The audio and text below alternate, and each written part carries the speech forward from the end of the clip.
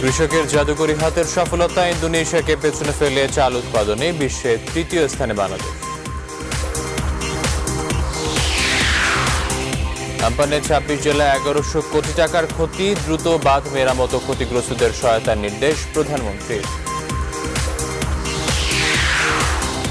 Corona সংকটে কয়েকটি দেশে সাধারণ ক্ষমার সুযোগ পাচ্ছেন না প্রবাসী বাংলাদেশিরা, ভিসা ও পাসপোর্ট রিনিউ করতে না পারাই কারণ। কিছুতেই ঠেকানো যাচ্ছে না ঢাকা ছাড়ার প্রবণতা, রাজধানীবাসীর জন্য মুভমেন্ট পাসের ব্যবস্থা করতে যাচ্ছে পুলিশ। করোনায় বিশ্বজুড়ে আক্রান্ত অর্ধকোটি ছাড়ালো, একদিনের সংক্রমণ 1 লক্ষের বেশি মানুষ।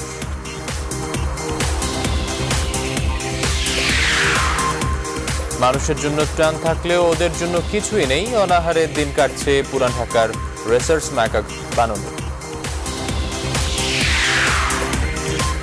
কাতার বিশ্বকাপে করোনার প্রভাবের সংখ্যা 2022 পর্যন্ত বেলজিয়ামের কোচের দায়িত্বে মার্টিনেস, বায়ার্নের সঙ্গে চুক্তির মেয়াদ বাড়ল ম্যানুয়েল।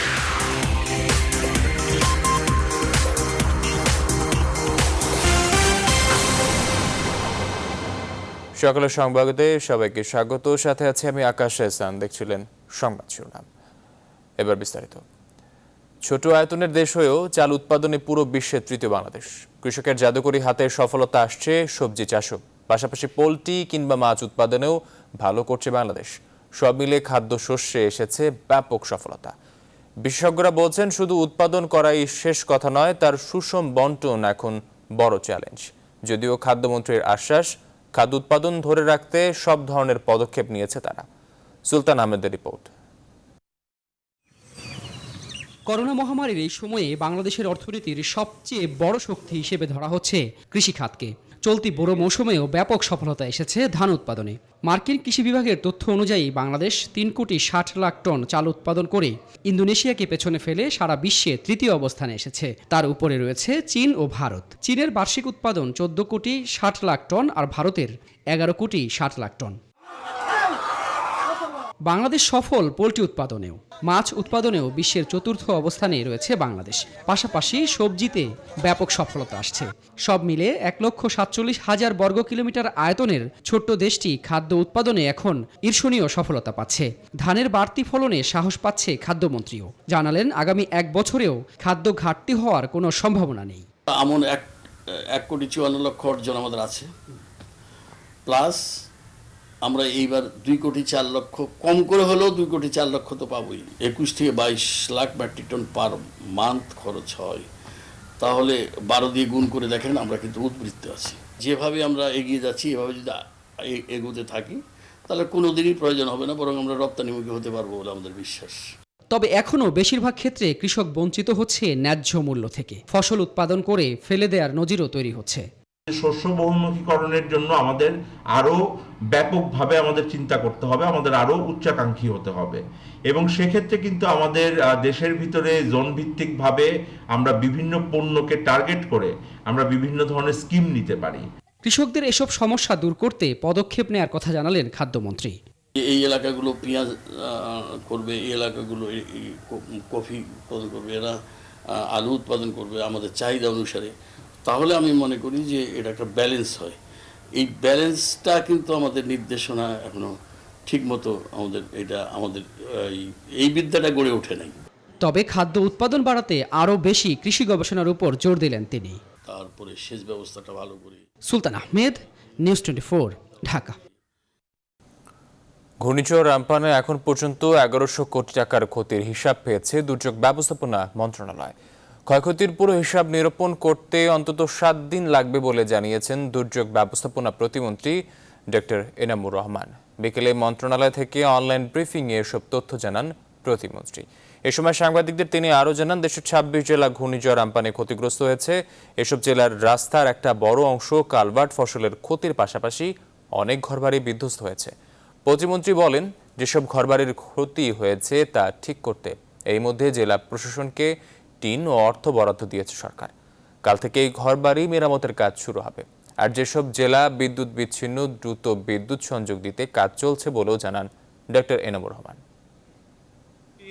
ব্রিজ কালভার্ট প্রায় 1100 কিলোমিটার রাস্তা ক্ষতিগ্রস্ত হয়েছে। প্রায় 150 কোটি টাকা আমের ক্ষতি হয়েছে। পানি সম্পদ মন্ত্রণালয় জানিয়েছে যে সর্বোচ্চ তাদের 150 কিলোমিটার বাঁধ ক্ষতিগ্রস্ত হয়েছে এবং 84টি জায়গায় বাঁধে ফাটল ধরেছে, বাঁধ ভেঙেছে। প্রায় 650 কোটি টাকার এ পর্যন্ত আমরা 650 কোটি, আর হলো মৎস্য সম্পদ 350 কোটি, 900 প্রায় 1000 কোটি, 1100 কোটি টাকার আমাদের ক্ষয়ক্ষতির হিসাব আমরা পেয়েছি। আমপানের প্রভাবে ব্যাপক ক্ষতি হয়েছে বোরো ধান, আমসহ মৌসুমি ফল ও ফসলের। ফসল ঘরে তোলার আগ মুহূর্তে এমন ঘূর্ণিঝড়ে অনেক স্থানেই বাঁধ ভেঙে তলিয়ে গেছে ফসলের মাঠ। আবার যেখানে ঝড়ের গতিবেগ কম ছিল সেখানেও মাটির সঙ্গে মিশে গেছে পাকা ধান ও সবজি ক্ষেত। মারা গেছে 12 জন। এমন অবস্থায় কৃষককে সরকারি সহায়তা দেওয়ার দাবি জানিয়েছেন সংশ্লিষ্টরা। এদিকে ক্ষতিগ্রস্ত কৃষকদের সহায়তার আশ্বাস দিয়েছেন কৃষিমন্ত্রী। বিস্তারিত জানাচ্ছেন মাহমুদুল হাসান। অবশেষে ব্যাপক ক্ষতি ও ফসলহানি করে বিদায় নিল প্রলয়ঙ্কারী ঘূর্ণিঝড় আমপান। ঝড় চলে যাবার পরে ক্রমেই দৃশ্যমান হচ্ছে ধ্বংসযজ্ঞ। সবচেয়ে বেশি ক্ষতি হয়েছে মাঠের ফসল। আর কটা দিন পার হলেই কষ্টের ধান ঘরে তুলতে পারত কৃষক। সেই ফসল গেছে মাটির সঙ্গে মিশে। এমন ফসলহানিতে চোখে অন্ধকার দেখছেন কৃষকরা। সবচেয়ে বেশি ক্ষতি হয়েছে উপকূলীয় জেলাগুলোতে। ঝড় বৃষ্টির কারণে ধান পড়ে গেছে, আগে কৃষকের কিছু ক্ষতি হয়ে যাবে। ঘূর্ণিঝড় হয়েছে, এই বৃষ্টির কারণে মনে করেন যে কাঁচা পাকা ধান সব তোলা গেছে। রাজশাহীতে প্রায় 17,000 হেক্টর জমিতে আম বাগান আছে। ঘূর্ণিঝড়ে ঝরে পড়েছে প্রায় 25% আম। বিশেষজ্ঞরা বলছেন এমন অবস্থায় সরকার বিশেষ প্রণোদনা না দিলে কৃষকের ঘুরে দাঁড়ানো কঠিন হবে।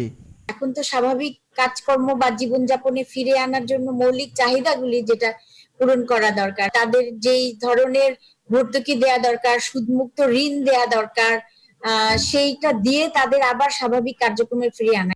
এদিকে কৃষিমন্ত্রী বলছেন ক্ষতিগ্রস্তদের ঘুরে দাঁড়াতে সহায়তা দেবে সরকার।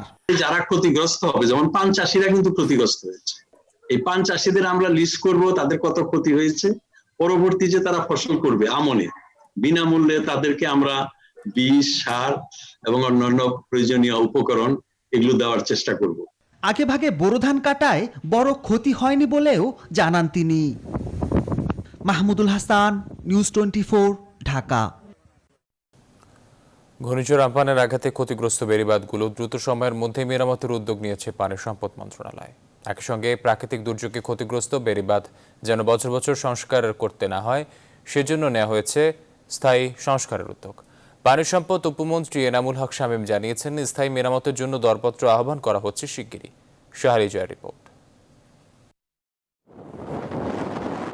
সুপার সাইক্লোন আমপানের আঘাতে লণ্ডভণ্ড হয়েছে বাংলাদেশের উপকূল। বিশেষ করে দক্ষিণাঞ্চলের জেলাগুলোর অনেক জায়গাতেই বেড়িবাঁধ ভেঙে ঢুকে পড়েছে পানি। ক্ষতি হয়েছে ঘরবাড়ি, মাছের খামার আর ফসলি জমির। যে ভেঙে যায় সেই দুটো বস্তা নিয়ে আসি, ওই লোকজন নিয়ে আসি দুটো বস্তা ধরে ওখান দিতে আমাকে হয়তো 200 টাকা দেয়, ইনে যাও গে ওঠো। ভাঙন ভাঙে গেছে, এখন হয়তো বাদ দিলেন কি 200 টাকা দিলেন, কিন্তু আমার যা হয়েছে এটা তো আর কেউ দিতে পারবে না। বাগেরহাটের শরণখোলায় 2 কিলোমিটার বেড়িবাঁধের বিভিন্ন স্থান ভেঙে প্লাবিত হয়েছে নিম্নাঞ্চল। খুলনার কয়রায় বেড়িবাঁধ ভেঙেছে 3 জায়গায়। এছাড়া সাতক্ষীরা, পটুয়াখালী, বরগুনা সহ মোট 13 জেলায় 84 পয়েন্টে ভেঙেছে বেড়িবাঁধ, যার দৈর্ঘ্য প্রায় 7.5 কিলোমিটার। অনেক সময় প্রকৃতির কাছে আমরা অসহায়, যেমন আমপানে 10 থেকে 15 ফিট উঁচু জলস্রাব হয়েছে। আমাদের স্বাভাবিক যে বেড়িবাঁধ তার চেয়ে অনেক বেশি পানির প্রবাহ হয়েছে, যার কারণে অনেক ক্ষেত্রে বেড়িবাঁধ ভেঙে গিয়েছে এবং ভেঙে বেড়িবাঁধের উপর দিয়েও পানি প্রবাহিত হয়ে ভিতরে প্রবেশ করছে। পানি সম্পদ উপমন্ত্রী জানিয়েছেন ক্ষতিগ্রস্ত বাঁধ মেরামতের কাজ শুরু হয়ে গেছে। প্রত্যেকটা বাঁধকে আমরা প্রশস্ত করব এবং প্রত্যেকটা বাঁধকে উঁচু করব, যেন স্বাভাবিক আরো বেশি উঁচু করলে যেন সবসময় এগুলা ক্ষতিগ্রস্ত না হয়। স্থায়ীভাবে বাঁধ করার জন্য আমরা এই ঝুঁকিপূর্ণ এলাকাগুলোতে প্রকল্প প্রণয়ন করেছি এবং সেই প্রকল্পগুলো প্রক্রিয়াধীন আছে এবং আমরা চেষ্টা করছি দ্রুত এই প্রকল্পগুলো বাস্তবায়িত হয়। সেই প্রকল্পগুলো বাস্তবায়িত হলে এতে আশা করি প্রতি বছরই এভাবে বাঁধগুলো আর ঘূর্ণিঝড়ে ভাঙবে না।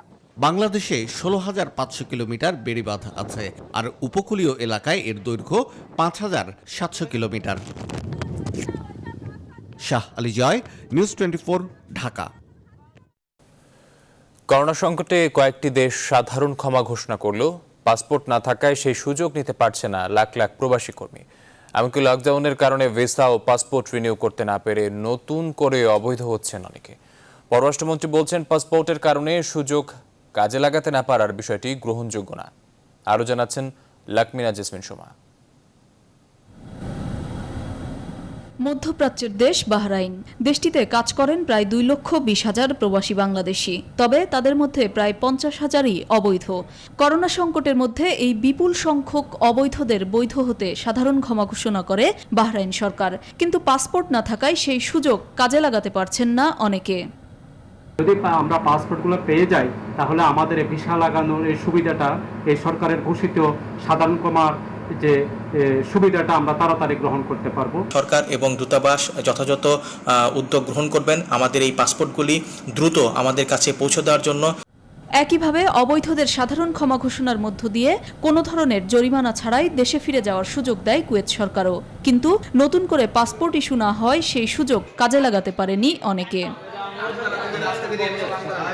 দূতাবাসে পাসপোর্ট রিনিউ করতে দিয়েছেন, কিন্তু যথাসময়ে পাসপোর্ট হাতে না পাওয়ায় ভিসার মেয়াদও বাড়াতে পারছেন না অনেকে। ফলে নতুন করে অবৈধ হওয়ার শঙ্কায় আছেন প্রবাসীরা। ভিসার মেয়াদ উত্তীর্ণ হয়ে যাচ্ছে আমাদের, কিন্তু আমরা পাসপোর্ট আনতে পারতেছি না। এখন কি আদৌ কি ভিসা লাগবে কিনা আমরা তাও জানি না। অলরেডি আমরা হাই কমিশনে যোগাযোগ করছি, এটা নিয়ে তাদের কোনো কথাবার্তা ঠিক নাই। ঠিক আছে, তারা কিছু বলতেছে না বা তারা কেয়ার করতেছে না। করোনা সংকটে প্রবাসী কর্মীদের স্বার্থে দূতাবাসকে আরও তৎপর হওয়ার পরামর্শ দিচ্ছেন অভিবাসন বিশেষজ্ঞ আসিফ মুনির। জরুরি অবস্থার ক্ষেত্রে কি করা দরকার সেটির জন্য আসলে নতুন কিছু গাইডলাইন, নিয়ম নীতিমালা তৈরি করা দরকার এবং প্রয়োজন বোধে যদি দূতাবাসে রোস্টার তৈরি করেও জরুরি কিছু কর্মকর্তাকে সেখানে রাখা যায়, যাতে জরুরি যে সাহায্য সেবাগুলো দেওয়া দরকার সেগুলো যেন দেওয়া যায়। প্রবাসীদের অভিযোগের প্রেক্ষিতে পাসপোর্ট সরবরাহের কাজ আরও দ্রুত হওয়ার আশ্বাস দিলেন পররাষ্ট্রমন্ত্রী একে আব্দুল মোমেন। পাসপোর্টের মেয়াদ যদি না থাকে আমরা তো পাসপোর্ট ইস্যু করব, কোনো অসুবিধা নাই, এটাতে কোনো সমস্যা নাই। আমাদের এখন পাসপোর্ট ইস্যু অনেক ফাস্টার হয়েছে। এইটা ক্যানট বি অ্যান এক্সকিউজ। দেশে ছুটি কাটাতে এসেও লকডাউনে পড়ে ভিসা ও পাসপোর্টের মেয়াদ শেষ হওয়ার শঙ্কায় আছেন আরও অনেকে। লাকমিনা জেসমিন সোমা, নিউজ 24, ঢাকা। প্রধানমন্ত্রী শেখ হাসিনা বলেছেন, কোভিড-19 মহামারীর কারণে পুরো বিশ্ব কঠিন চ্যালেঞ্জের মুখোমুখি। স্বাস্থ্য সমস্যার পাশাপাশি অর্থনীতিকেও মারাত্মকভাবে প্রভাবিত করছে এর সংক্রমণ। এই মহামারী মোকাবেলায় সকলকে একসাথে কাজ করার আহ্বান জানান তিনি। থাইল্যান্ডে অনুষ্ঠিত জাতিসংঘের economic and social commission for Asia and the Pacific ESCP এর সম্মেলনের উদ্বোধন অনুষ্ঠানে ভিডিও বার্তায় কথা বলেন তিনি। কোভিড-19 মহামারীর কারণে প্রথমবারের মতো স্কাপের ৭৬তম অধিবেশনটি ভার্চুয়াল প্ল্যাটফর্মে অনুষ্ঠিত হয়।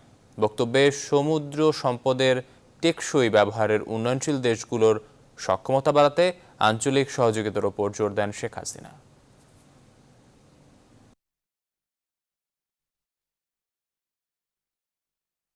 The world is facing unprecedented challenges of the century due to the COVID-19 pandemic. Along with the health issues, this virus has severely affected our economy. However, the pandemic is also showing some silver linings on the change of global efforts. To deal with the climate change and growing competition for natural resources, we need to tackle this pandemic together. করোনাভাইরাসের প্রাদুর্ভাব নিয়ন্ত্রণে জনসাধারণের বাইরে ঘোরাফেরা নিয়ন্ত্রণ করতে চালু হচ্ছে পরীক্ষামূলক মুভমেন্ট পাস। পুলিশ সদর দপ্তরের ICT বিভাগের সমন্বয়ে এমন কার্যক্রম বাস্তবায়ন করার কথা ভাবছে পুলিশ। শুধু জরুরি সেবার সঙ্গে সংশ্লিষ্টরা এই সুবিধা পাবেন। বিস্তারিত জানাচ্ছেন মৌখন্দকার। করোনা প্রাদুর্ভাবের মধ্যেও যাদের একান্তই বাইরে যাওয়া প্রয়োজন তাদের মধ্যে মুভমেন্ট পাসের ব্যবস্থা করছে বাংলাদেশ পুলিশ। তবে এই পাস দিতে আরও কিছুদিন সময় লাগবে। এই পাস ব্যবহারের মাধ্যমে জরুরি প্রয়োজনে বের হওয়া জনসাধারণ বাধামুক্তভাবে চলাফেরা করতে পারবেন। এদিকে রাজধানীর প্রবেশপথগুলোতে নিরাপত্তা জোরদার করা হয়েছে। যারা পাস দেখাচ্ছে, পাস আছে ডিএমপির, আমরা তাদেরকে ছেড়ে দিচ্ছি। ডিএমপি থেকে তাদেরকেই পাস দেওয়া হচ্ছে, যাদেরকে সরকারি প্রজ্ঞাপন অনুযায়ী যাদের ছাড় দেওয়া আছে তাদের পাস দেওয়া হচ্ছে। ডিএমপির পক্ষ থেকেও রাজধানীর 10টি প্রবেশ মুখে বিশেষ চেকপোস্ট স্থাপন করা হয়েছে বলে জানান ক্রাইম অ্যান্ড অপারেশনসের অতিরিক্ত পুলিশ কমিশনার। ঢাকায় যাতে অপ্রয়োজনে কিংবা বিশেষ কোনো কারণ ছাড়া কেউ প্রবেশ না করতে পারেন এবং ঢাকা থেকে বাইরে হতে না পারেন, সেই জন্য আমরা ঢাকার 10টি প্রবেশ মুখে বিশেষ চেকপোস্ট স্থাপন করেছি। এটা 24 ঘন্টা ধরে আমাদের চেকপোস্ট চলছে। তো আমরা আশা করছি নিজের জীবনের ঝুঁকি বিবেচনা করে অপ্রয়োজনে কেউ মুভমেন্ট করবেন না, বিশেষ করে ঢাকার ছেড়ে যাবেন না কিংবা ঢাকায় আসার চেষ্টা করবেন না। পুলিশ সদর দফতরের এআইজি মিডিয়া বলেন, মুভমেন্ট পাস এখনও প্রক্রিয়াধীন এবং পরীক্ষার মধ্যে রয়েছে। জরুরি পণ্য সামগ্রী এবং সেবা সরবরাহের সাথে যারা সম্পৃক্ত তাদেরকে মুভমেন্ট পাস দেওয়ার কথা চিন্তা করছে বাংলাদেশ পুলিশ, এবং এই লক্ষ্যে ইতিমধ্যেই আমরা একটি অ্যাপ ডেভেলপ করেছি এবং এটি অন ট্রায়ালে রয়েছে। আমরা অ্যাপটি আমাদের মাঝ পর্যায়ের কর্মকর্তাদের কাছে প্রেরণ করেছি। তারা এটি ব্যক্তিগতভাবে ব্যবহার করে যাচাই বাছাই করে এর সুবিধা অসুবিধা সম্পর্কে আমাদেরকে অবহিত করবেন। এরই মধ্যে বিভিন্ন ইউনিটে পুলিশ সদস্যদের জন্য পরীক্ষামূলকভাবে চালু করা হয়েছে মুভমেন্ট পাস। মৌ খন্দকার, নিউজ 24, ঢাকা। করোনাভাইরাসের সংক্রমণের ঝুঁকি নিয়ে রাজধানী বিপণী বিতানগুলোতে দেদারসে কেনাকাটা চলছে। মার্কেটের প্রবেশ পথে জীবাণুনাশক ও স্যানিটাইজার থাকলেও অতিরিক্ত ক্রেতার চাপে লঙ্ঘন হচ্ছে সামাজিক দূরত্ব মানার নির্দেশনা। ফলে সংক্রমণ বেড়ে যাওয়ার আশঙ্কা করছেন স্বাস্থ্য বিশেষজ্ঞরা। আলী তালুকদারের প্রতিবেদন। বৈশ্বিক মহামারী করোনা ভাইরাসের সংক্রমণ নিয়ে আতঙ্কের মধ্যেও জমে উঠেছে রাজধানীর বিপণী বিতানগুলো, যেখানে মানা হচ্ছে না স্বাস্থ্যবিধি, এমনকি শারীরিক দূরত্ব। টিকাটুলির রাজধানী সুপার মার্কেটের চিত্র এটি। প্রবেশ পথে জীবাণুনাশক স্প্রে, হ্যান্ড স্যানিটাইজার ব্যবহার ও তাপমাত্রা মাপার নির্দেশনা থাকলেও মানা হচ্ছে না কোনোটাই। এজন্য ক্রেতা বিক্রেতারা দুষছেন একে অপরকে। না, মানা হচ্ছে না, কারণ অনেকে ঢাকা দিতেছে, অনেকে কাজ করতেছে, বুঝতে পারতেছে না যে কত বড় ওষুধ বেরোচ্ছে, কাজ করে চলে যেতেছে। এখন দেখা যাচ্ছে কিছু কিছু মানুষ আছে তারা মানতে চায় না। স্বাস্থ্যবিধি বলতে যে জিনিসটা বোঝানো যায় না। শুধু পানি ডালতেছে, এগুলো পানি, কোনো অ্যাকশন না, এগুলো শুধু পানি। পাবলিক যদি না মানে, পাবলিকের সুবিধায় কি আমরা কি করবো? পাবলিক তো বলতেছি স্বাস্থ্যবিধি নাম মানতে সচেতন না, আমরা চেষ্টা করছি তাদেরকে, আর এই ধরনের সমস্যা আমাদের জন্য নতুন। এমন বাস্তবতায় করোনা সংক্রমণ আরও বেড়ে যাওয়ার আশঙ্কা করছেন জনস্বাস্থ্য বিশেষজ্ঞরা। তারা একটা হোমলি খেয়ে এখন একজনের গায়ের সঙ্গে আরেকজন মাস্ক করেছে, তাও অনেকগুলো নাক খোলা, কিন্তু মাস্ক পরেই নাই, কেউ বাচ্চা কালে গাড়ি করে নিয়ে গেছে। এইভাবে আর কি মানুষের সরকারের কথা, যে সরকারের যে নির্দেশ সেগুলো মানছে না, দোকানেও মানতেছে না। এখন তার ফলে ঝুঁকিটা বেড়ে গেছে। করোনা ভাইরাস সংক্রমণ রোধ ও মোকাবেলায় সবাইকে কঠোরভাবে স্বাস্থ্যবিধি মেনে চলার আহ্বান জানান বিশেষজ্ঞরা। আলী তালুকদার, নিউজ 24, ঢাকা। কোভিড-19 আক্রান্ত হয়ে গেল 24 ঘন্টায় বিশ্বজুড়ে 4,800-এরও বেশি মানুষের মৃত্যু হয়েছে। একই দিনে আক্রান্ত হয়েছে রেকর্ড সংখ্যক 1,05,800 জন।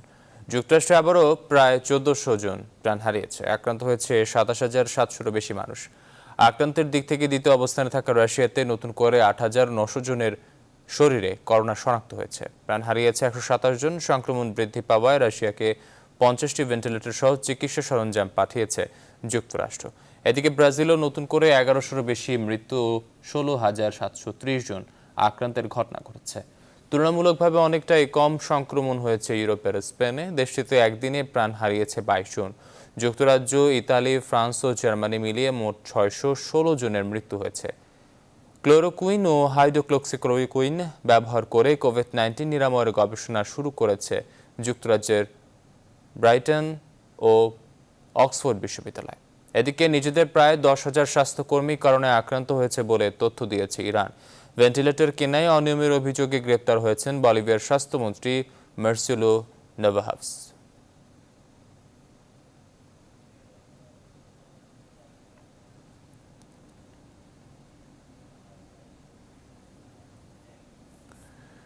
যুক্তরাষ্ট্রের পরিস্থিতি জানাতে এবারে আমাদের সাথে সরাসরি যুক্ত হচ্ছেন সহকর্মী সুলতান রহমান। সুলতান রহমান, আপনাকে স্বাগত। আপনার কাছ থেকে জানতে চাচ্ছি যুক্তরাষ্ট্রের সার্বিক পরিস্থিতি কি অবস্থা এখন আমাদের জানাবেন বিস্তারিত। গত এক সপ্তাহ বেশি সময় ধরে পুরো আমেরিকা জুড়েই আক্রান্ত এবং মৃতের সংখ্যা এখন তুলনামূলকভাবে কমের দিকে। সেই সঙ্গে 50টি স্টেটের মধ্যে 50টি স্টেটই কিন্তু সীমিত পরিসরে জনজীবন সচল শুরু হয়েছে। এরকম একটি অবস্থাতে যেসব স্টেট তড়িঘড়ি করে খুলেছে, কোনো পরিকল্পনা ছাড়া খুলেছে, সেই সব কোন স্টেটে সংক্রমণ বাড়তির দিকে, কখনো বাড়ছে আবার একটু কমছে আবার বাড়ছে, এরকম করে করোনা ভাইরাসের সংক্রমণটি এগোচ্ছে। এরকম একটি অবস্থাতে আপনি বলতে পারেন যে খুব বেশ কয়েকটি স্টেট খুবই পরিকল্পিতভাবে অগ্রসর হচ্ছে জনজীবন সচল করার জন্য। কিন্তু আপনারা জানেন যে প্রায় 38 মিলিয়ন মানুষ এই মুহূর্তে পুরো আমেরিকাতে বেকার রয়েছে। তাদেরকে কাজে ফিরিয়ে নেওয়াটাই একটা বড় কঠিন কাজ হয়ে উঠেছে, কারণ এরই মধ্যে অক্সফোর্ড ইকোনমিস্ট জানিয়েছে যে পুরো আমেরিকা জুড়ে যে অর্থনৈতিক মন্দা দেখা দেবে এবং মুদ্রাস্ফীতি দেখা দিবে, এর গভীর একটি প্রভাব পড়বে, যা কাটিয়ে উঠতে 1.5 থেকে 2 বছরেরও বেশি সময় লাগবে। এরকম অর্থনৈতিক অনিশ্চয়তার মধ্যে মানুষকে অনেক বেশি অনিশ্চয়তা নিয়ে আসলে জীবনযাপন করতে হচ্ছে। অনেকেই ঝুঁকি সত্ত্বেও, করোনা ভাইরাসের সংক্রমণের ঝুঁকি সত্ত্বেও আসলে কাজে ফিরে যাচ্ছেন, কারণ অর্থনৈতিকভাবে জীবন একেবারেই অনেকের বিপর্যস্ত হয়ে পড়েছে। এরকম একটি অবস্থা, যেহেতু অর্থনৈতিক মন্দার আভাস এরই মধ্যে শুরু হয়ে গেছে এবং মুদ্রাস্ফীতিও হতে পারে, এরকম এই সব কারণে প্রেসিডেন্ট ডোনাল্ড ট্রাম্পকে বরাবরই দোষারোপ করা হচ্ছিল এবং তিনি কোভিড-19 যদি শুরু থেকেই মোকাবেলা করতে পারতেন এবং সঠিক সিদ্ধান্তগুলি নিতেন, যেরকম সিদ্ধান্ত তার স্বাস্থ্য বিশেষজ্ঞরা দিয়েছে, তাদের পরামর্শ যদি তিনি শুনতেন, তাহলে অন্তত 60% মৃত্যু কমানো যেত বলে এরকম একটি খবর আজ প্রকাশিত হয়েছে। এবং সেই সঙ্গে আরেকটি তথ্য জানিয়ে রাখে, আগামী নভেম্বরে প্রেসিডেন্ট নির্বাচন রয়েছে এবং ডোনাল্ড ট্রাম্প একজন এইবারের দ্বিতীয় মেয়াদের জন্য প্রার্থী। এই মহামারী শুরু হওয়ার আগে প্রেসিডেন্ট ডোনাল্ড ট্রাম্পের জনপ্রিয়তা বেশ ভালোই ছিল। আপনি বলতে পারেন যে তার প্রতিদ্বন্দ্বী প্রার্থীর তুলনায় তিনি 55% তার প্রতি সমর্থন মানুষের বেশি ছিল। কিন্তু এখন দেখা যাচ্ছে, আজকে একটি জনমত প্রকাশিত হয়েছে, সেখানে তার সমর্থন নেমে গেছে 35%-এর নিচে। এবং সম্প্রতি যে কয়টি জনমত প্রকাশিত হয়েছে তাতে করে প্রেসিডেন্ট ডোনাল্ড ট্রাম্পের সমর্থন একেবারেই কমতির দিকে এবং আশঙ্কা করা হচ্ছে যে যেহেতু প্রেসিডেন্ট ডোনাল্ড ট্রাম্প কোভিড-19টি মোকাবেলায় তিনি চরম ব্যর্থতার পরিচয় দিয়েছেন, যে সমস্ত অভিযোগ রয়েছে সেসব কারণে মানুষ আর আসলে তার প্রতি অনেকখানি হতাশ রয়েছে। তবে তার যে সমর্থক গোষ্ঠী রয়েছে, শ্বেতাঙ্গ জনগোষ্ঠী, তাদের ভেতর থেকেও কিছু সমর্থন কমেছে, কারণ আমরা বরাবরই দেখেছি প্রেসিডেন্টের জনপ্রিয়তা 41 থেকে 43%-এর মধ্যে থাকে, যারা মূলত শ্বেতাঙ্গ জনগোষ্ঠী। সেখান থেকে এখন যখন 35%-এ নেমেছে, ধারণা করা হচ্ছে তার যে মূল ভিত্তি, মূল যে ঘাঁটি ভোটারদের, সেখানেও কিছুটা আঘাত পড়েছে কোভিড-19 মোকাবেলা করতে গিয়ে। এই অবস্থাতে আসলে ধীরে সুস্থে জনজীবন সচল হচ্ছে, মানুষ অর্থনৈতিক দিকটিকে অনেক বেশি গুরুত্ব দিচ্ছে। এর পাশাপাশি আরেকটি তথ্য আপনাদেরকে একটু জানিয়ে রাখি, আমার মনে এটি খুবই গুরুত্বপূর্ণ, সেটি হচ্ছে পুরো নিউ ইয়র্কে 175 জন শিশু একটা বিরল রোগে আক্রান্ত হয়েছে। স্বাস্থ্য বিশেষজ্ঞরা আশঙ্কা করছেন যে এটি আসলে কোভিড-19 একটি ভিন্ন রূপ, যা শিশুদেরকে আক্রান্ত করছে, আক্রমণ করছে। এরই মধ্যে বেশ কয়েকজন শিশু কিন্তু মারাও গেছে, যে কারণে সেন্টার ফর ডিজিজ কন্ট্রোল বিষয়টি খুবই গুরুত্বের সঙ্গে দেখছে এবং অন্যান্য স্টেটগুলোতেও তারা সতর্কতা জারি করেছে শিশুদের এমন কোনো রোগ তারা দেখতে পায় কিনা। ধন্যবাদ আপনাকে। দর্শক, যুক্তরাষ্ট্র থেকে যুক্ত ছিলেন সহকর্মী সুলতানুর রহমান। পর্তুগালের করোনা পরিস্থিতির সর্বশেষ তথ্য আমাদের জানিয়েছেন প্রবাসী শিক্ষার্থী শাহিন দর্জি। পর্তুগালের লকডাউন উঠে যাওয়াতে জনমনে কিছুটা স্বস্তি ফিরে এলেও রয়ে গেছে আতঙ্কের ছাপ, কেননা এখনো প্রতিদিন আক্রান্তের সংখ্যা ও মৃতের সংখ্যা উঠানামা করছে। দক্ষিণ ইউরোপের এই দৃষ্টিতে আমরা প্রায় 20,000 বাংলাদেশী অবস্থান করছি। পর্যটন নির্ভরশীল অর্থনীতি হওয়াতে অধিকাংশ বাংলাদেশি ব্যবসায়ী রয়েছে পর্যটন খাতে বিশাল বিনিয়োগ। ইতিমধ্যে অনেক ব্যবসায়ীকে দেখতে হয়েছে লোকসানের মুখ। পাশাপাশি অনেক বাংলাদেশি কোভিড-19 পরিস্থিতিতে চাকুরি হারিয়ে বেকারত্ব বরণ করেছেন। যেহেতু সবকিছু সীমিত আকারে খুলে দেওয়া হয়েছে, তবু রয়ে গেছে কঠোর কিছু বিধিনিষেধ। তবে শুরু থেকে বাংলাদেশিরা স্বাস্থ্যবিধি ও সকল নিয়মকানুন মেনে চলাতে আক্রান্তের সংখ্যা কমিউনিটিতে সন্তোষজনকভাবে কম ছিল। ইতিমধ্যে প্রায় 25 জন বাংলাদেশি আক্রান্তের খবর পাওয়া গিয়েছেন, সবাই সুস্থ আছেন। তবে একটি খুব ভালো দিক পরিলক্ষিত হয়েছে যে সংকট চলাকালীন সময়ে প্রবাসী বাংলাদেশি কমিটির পক্ষ থেকে নিজ নিজ উদ্যোগে একে অপরের পাশে দাঁড়ানোর নজির। পাশাপাশি লিসবনে অবস্থিত বাংলাদেশ দূতাবাস সাময়িক সংকটে পড়া বাংলাদেশিদের যথেষ্ট সাহায্য সহযোগিতার হাত বাড়িয়ে দিয়েছেন। সবারই এখন একটাই প্রত্যাশা, কবে নাগাদ স্বাভাবিক জীবনযাপনে ফিরে যেতে পারবো। এদিকে করোনা মহামারী নিয়ে আশঙ্কাজনক অবস্থায় রয়েছে মধ্যপ্রাচ্যের দেশ সৌদি আরব। সৌদি আরবের করোনা পরিস্থিতির সর্বশেষ খবর আমাদের জানিয়েছেন সহকর্মী আলামিন। পর্যন্ত সৌদি আরবে প্রবাসী 119 বাংলাদেশির প্রাণ কেড়ে নিয়েছে কোভিড-19। বাংলাদেশ দূতাবাস রিয়াদ এবং বাংলাদেশ কনসুলেট জেনারেল জেদ্দার তথ্য অনুযায়ী এ পর্যন্ত সৌদি আরবে 119 জন বাংলাদেশি করোনা ভাইরাসে আক্রান্ত হয়ে মৃত্যুবরণ করেছেন।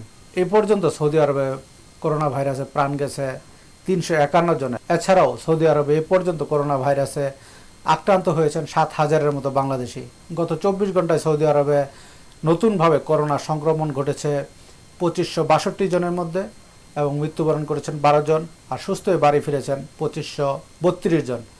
এ পর্যন্ত সৌদি আরবে করোনা ভাইরাসে আক্রান্ত হয়েছেন 65,077 জন, সুস্থ হয়ে বাড়ি ফিরেছেন 36,040 জন।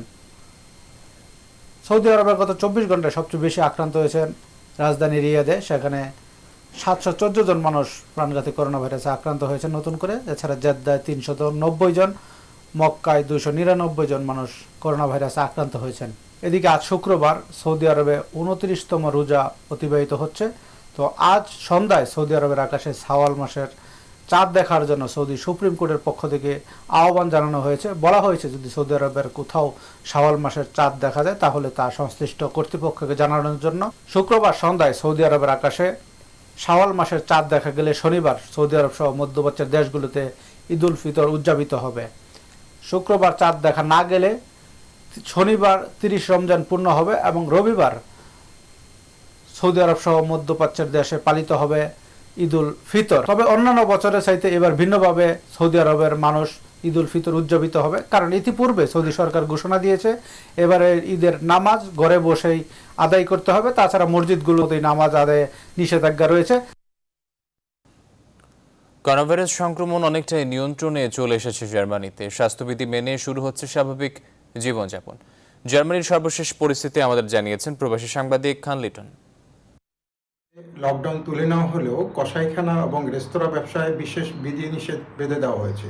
যেমন সম্প্রতি পশ্চিম জার্মানির বেস্ট মিট কোম্পানিতে 200 জনকে করোনা টেস্ট করাতে গেলে প্রায় 151 জনেরই পজিটিভ আসায় সেই কসাইখানা বন্ধ করে দেওয়া হয়েছে এবং কসাইখানাগুলোতে অনেক কঠিন বিধিনিষেধ আরোপ করা হয়েছে।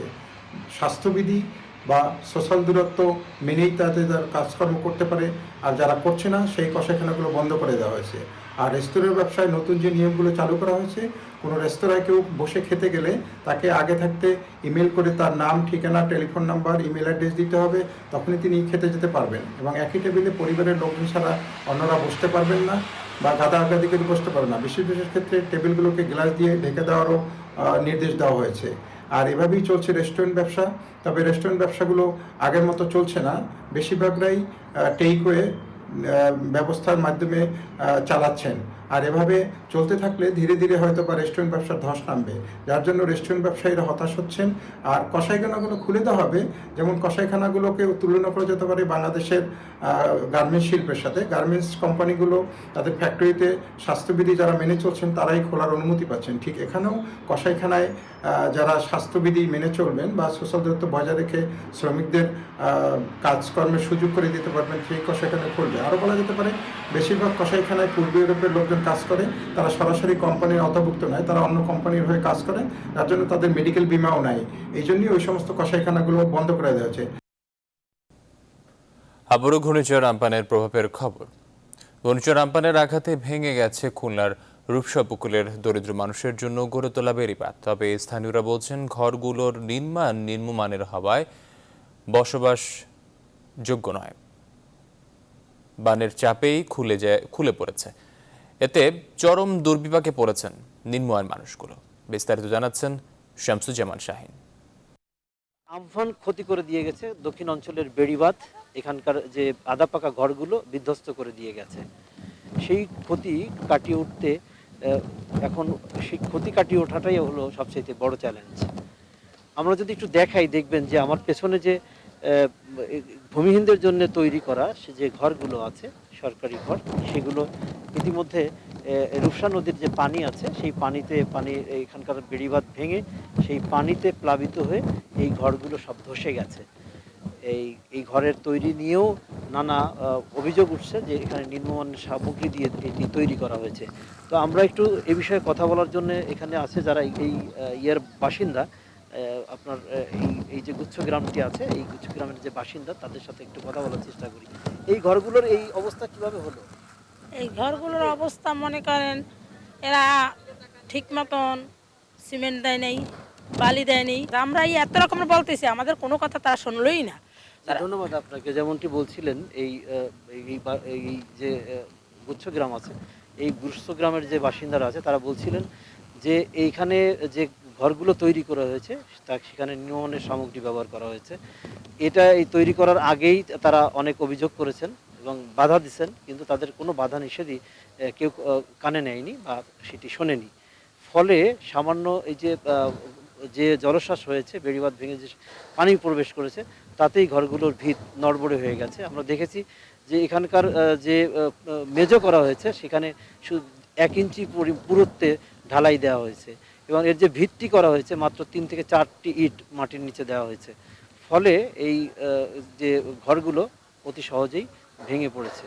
এই ছিল আমার কাছে সর্বশেষ। আমপানের প্রভাবে প্রবল স্রোতে সাতক্ষীরার বিভিন্ন এলাকা অন্তত 200 মিটার বেড়িবাঁধ ক্ষতির শিকার হয়েছে। এতে তলিয়ে গেছে অর্ধশত গ্রাম।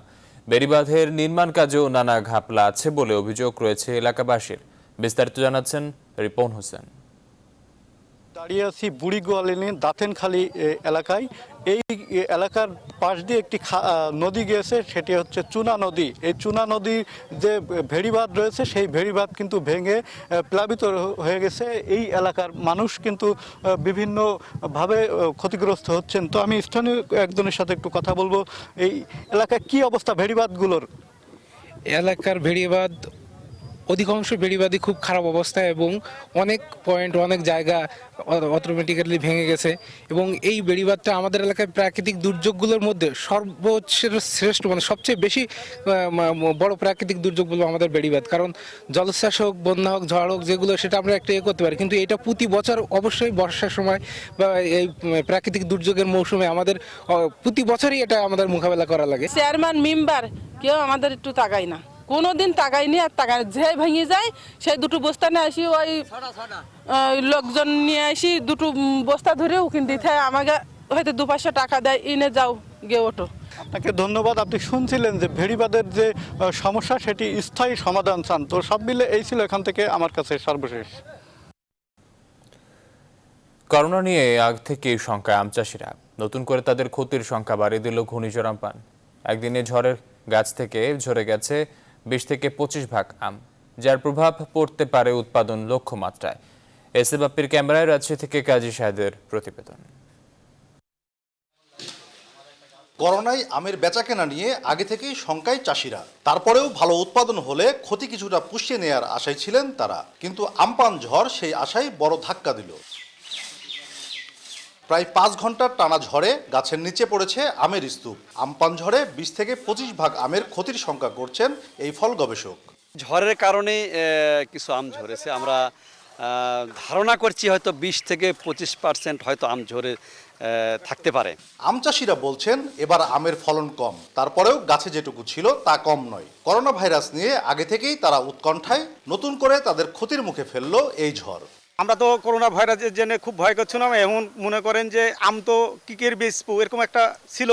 এখন আবার ঝড়ে তো আবার সব এমন তো আমরা নিঃস্ব হওয়ার মতন হয়ে গেলাম। ঝড়টা এসে আমাদের রাতারাতি আম গেলেন প্রায় 50%-এরও বেশি আম পড়ে গেছে রাত্রে। রাজশাহীতে প্রায় 17,573 হেক্টর জমিতে আম বাগান আছে। এসব জমির বাগান থেকে হেক্টর প্রতি 10 থেকে 12 মেট্রিক টন আম উৎপাদন হয়ে থাকে। আমপান ঝড়ের কারণে উৎপাদন লক্ষ্যমাত্রা ব্যাহত হবে জানালেন কৃষি কর্মকর্তা। লক্ষ্যমাত্রা যেটা আম পড়ছে যদি 10% হয় সেই লক্ষ্যমাত্রার সাথে 10% কমবে। হ্যাঁ, এই আমটা হয়তো তারা কাঁচা বিক্রি করে হয়তো 10 টাকা কেজি পাবে, পাকা করলে 30 টাকা কেজি পাইতো, এটা তাদের একটু লস হবে। রাজশাহীতে এবছর উৎপাদন লক্ষ্যমাত্রা ধরা হয়েছে 2,10,000 মেট্রিক টন। কাজী শাহেদ, নিউজ 24, রাজশাহী। এবার ফার্স্ট সিকিউরিটি ইসলামী ব্যাংক অর্থ বাণিজ্য সংবাদ।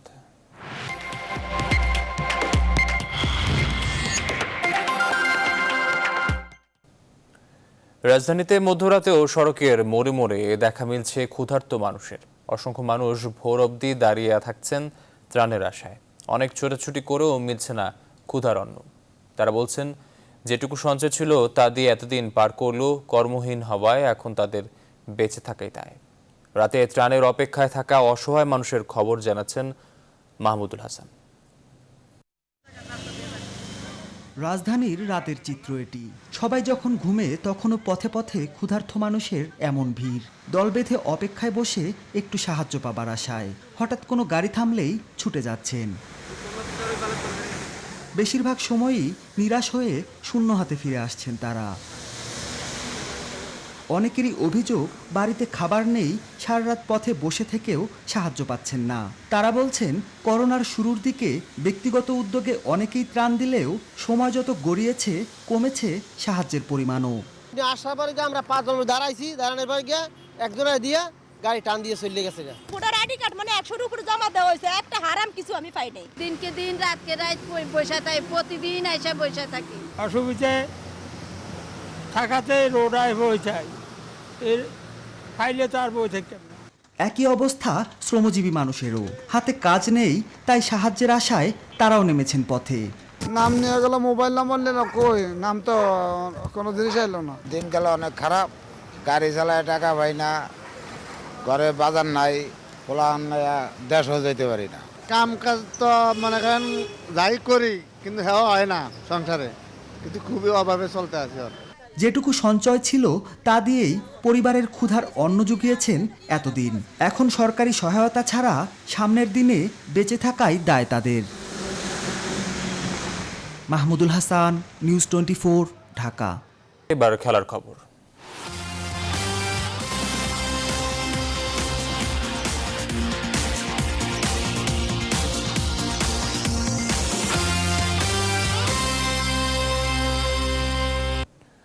কোভিড-19-এর কারণে বিশ্বব্যাপী মন্দা সৃষ্টি হলে তার বড় প্রভাব পড়বে 2022 কাতার বিশ্বকাপ ফুটবলে। এমন শঙ্কা প্রকাশ করছেন 2022 কাতার বিশ্বকাপ ফুটবলের আয়োজক কমিটির সেক্রেটারি হাসান আল থাওয়াডি। এদিকে 2022 বিশ্বকাপ পর্যন্ত বেলজিয়ামের কোচের দায়িত্বে থাকছেন মার্টিনেস। আর বায়ার্নের সাথে 2023 পর্যন্ত চুক্তির মেয়াদ বাড়িয়েছেন জার্মান গোলরক্ষক ম্যানুয়েল নয়ার। করোনা পরবর্তী পৃথিবীতে বড় শঙ্কার নাম অর্থনৈতিক মন্দা। যদি সে পরিস্থিতি সামনে আসে আর তা কাটিয়ে ওঠা না যায়, তবে বড় ক্ষতির মুখে পড়বে কাতার বিশ্বকাপ ফুটবল, এমন শঙ্কা আয়োজক কমিটির। আয়োজক কমিটির সেক্রেটারি হাসান আল হাওয়াদি সম্প্রতি আন্তর্জাতিক গণমাধ্যমে এমন শঙ্কা জানিয়ে বলেছেন, অর্থনৈতিক মন্দা কাটিয়ে ওঠা না গেলে বড় সংকটে পড়বে আয়োজক দেশটি। আমরা মনে করি করোনা পরবর্তী পরিস্থিতিতে যদি অর্থনৈতিক মন্দার মধ্য দিয়ে পৃথিবীকে যেতে হয়, তবে বড় ক্ষতির মুখে পড়বে কাতার। কারণ তখন অনেক মানুষই কাতারে ভ্রমণ করতে পারবে না। অর্থনৈতিক মন্দার সাথে স্বাস্থ্য ঝুঁকির কথাও অনেকে মাথায় রাখবেন। এমন পরিস্থিতি হলে বিশ্বকাপ আয়োজনের অনেক উদ্দেশ্যই ভেস্তে যাবে।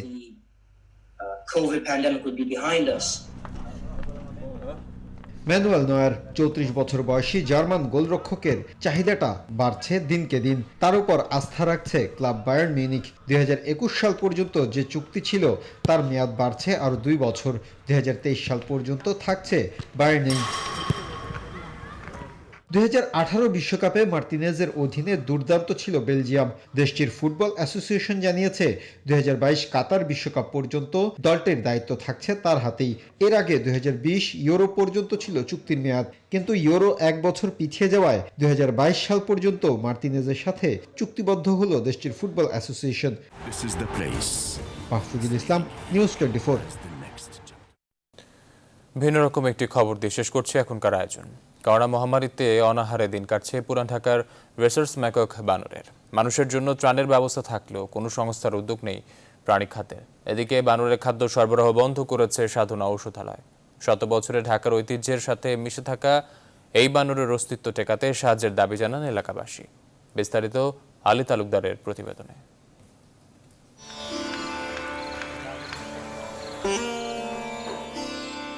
আধুনিকতার ছোঁয়ায় বদলে যাচ্ছে ঢাকার চারপাশ। নগরায়নের সাথে সাথে হারিয়ে যাচ্ছে পুরান ঢাকার ঐতিহ্যে জড়ানো নানা চিহ্ন।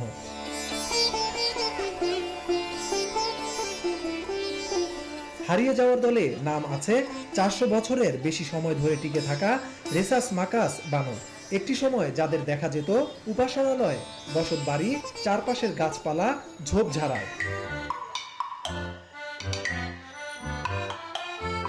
এদিক সেদিক ছুটে বেড়ানো স্তন্যপায়ী বিলুপ্ত বানরের বাস এখন কংক্রিটের অরণ্যে, যাদের অস্তিত্ব আজ হুমকির মুখে। সংখ্যা কমে গেলেও মাঝে মধ্যে দেখা মেলে উঁচু ভবন আর বৈদ্যুতিক তারে খেলা করতে।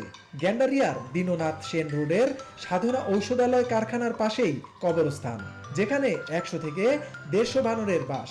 1914 সাল থেকে অধ্যক্ষ ডক্টর যোগেশ চন্দ্র ঘোষের নির্দেশে বানরের খাদ্য সরবরাহের উদ্যোগ থাকলেও মহামারী করোনায় আজ তা বন্ধ। যোগেশবাবু থাকতে এদিকে প্রপার খাওয়ান দিত এবং তার উনি এগুলির পালতো। এখন তো খাওয়ান দেয় না। প্রতিষ্ঠান সংস্থা বন্ধ হয়ে গেছে, এই জন্য আপাতত বন্ধ, বানরা খাবার দিতে পারছি না। অভিশপ্ত করোনার ছোবলে থমকে গেছে পুরো বিশ্ব। অঘোষিত লকডাউনে রাজধানী ঢাকা বন্ধ রয়েছে। রাজধানীর অলিগলিতে থাকা খাবার হোটেল। মানুষের জন্য ত্রাণের ব্যবস্থা থাকলেও উল্টো চিত্র অভুক্ত রেসাস মাকাস প্রজাতির বানরের ভাগ্যে। বানরগুলো এই সময় করোনার সময় খুবই মহামারীর সময় এরা খুব কষ্টে আছে। সরকার থেকে কিছু খাবার দিতে, তাহলে বানরগুলো তো অবশ্যই বেঁচে থাকে। এখন অনেক দিকে অনেক বানর এনজিও দেওয়ার কথা ছিল, এনজিও আসে না। নালা নর্দমা ও বিভিন্ন দূষিত পানি পান করে টিকে থাকা এই প্রাণীদের নিয়ে কি ব্যবস্থা? প্রাণী ও পশু সম্পদ মন্ত্রণালয়ের শত শত বছরের ইতিহাস ও ঐতিহ্যের সঙ্গে মিশে থাকা পুরান ঢাকার বানরের অস্তিত্ব টেকাতে সাহায্যের দাবি জানান এলাকাবাসী। আলী তালুকদার, নিউজ 24, ঢাকা। সংবাদ শেষ করব, তার আগে শিরোনামগুলো জানিয়ে দিচ্ছি আরেকবার।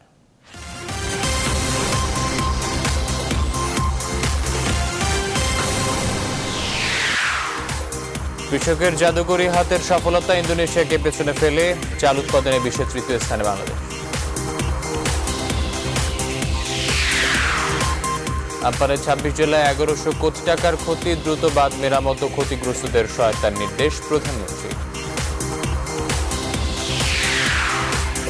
করোনা সংকটে কয়েকটি দেশে সাধারণ ক্ষমার সুযোগ পাচ্ছে না প্রবাসী বাংলাদেশিরা, ভিসা ও পাসপোর্ট রিনিউ করতে না পারাই কারণ। কিছুতেই ঠেকানো যাচ্ছে না ঢাকা ছাড়ার প্রবণতা, রাজধানীবাসীর জন্য মুভমেন্ট পাসের ব্যবস্থা করতে যাচ্ছে পুলিশ। করোনায় বিশ্বজুড়ে আক্রান্ত 18 কোটি ছাড়ালো, একদিনে সংক্রমণ 1 লক্ষের বেশি মানুষ।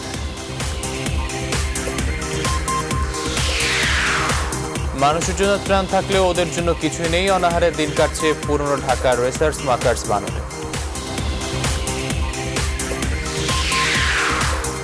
এবং কাতার বিশ্বকাপে করোনার প্রভাবের সংখ্যা 2022 পর্যন্ত বেলজিয়ামের কোচের দায়িত্বে মার্টিনেজ, বায়ার্নের সঙ্গে চুক্তির মেয়াদ বাড়ালো ম্যানুয়েল। দর্শক, এই ছিল এখনকার আয়োজনে, সাথে থাকার জন্য ধন্যবাদ সবাই।